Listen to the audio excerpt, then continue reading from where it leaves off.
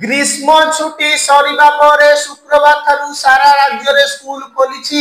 प्रथम दिन ही स्कूल रे मध्याह्न भोजन मिली। ए परिस्थिति रे राज्य सरकार पक्षरु एक गुरुत्वपूर्ण निष्पत्ति निया जाइछि। राज्य विद्यालय और गण शिक्षा विभाग अधीन समस्त विद्यालय रे दिया जाउथिबा मध्याह्न भोजन खर्च राशि को पुणी वृद्धि करा जाइछि। उभय प्राथमिक और उच्च प्राथमिक विद्यालय छात्र छात्री 2 टंका 92 पैसा लेखाएं वृद्धि होइछि।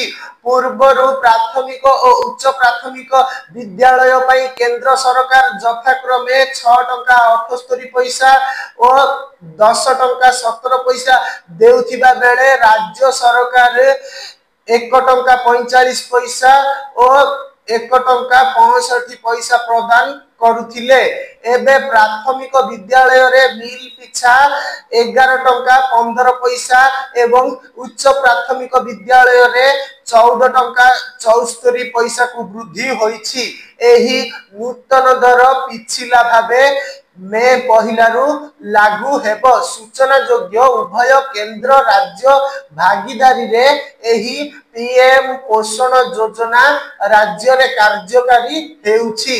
मध्याह्न भोजन रे छात्र छात्री को अतिरिक्त भावे सप्ताह को 3टी लड्डू एवं गोटिए अधिक अंडा दिया जाउथिबारु दर बढ़ा जाइथिबा विद्यालय और गण शिक्षा विभाग पक्षरु विज्ञप्ति प्रकाश पाइछि।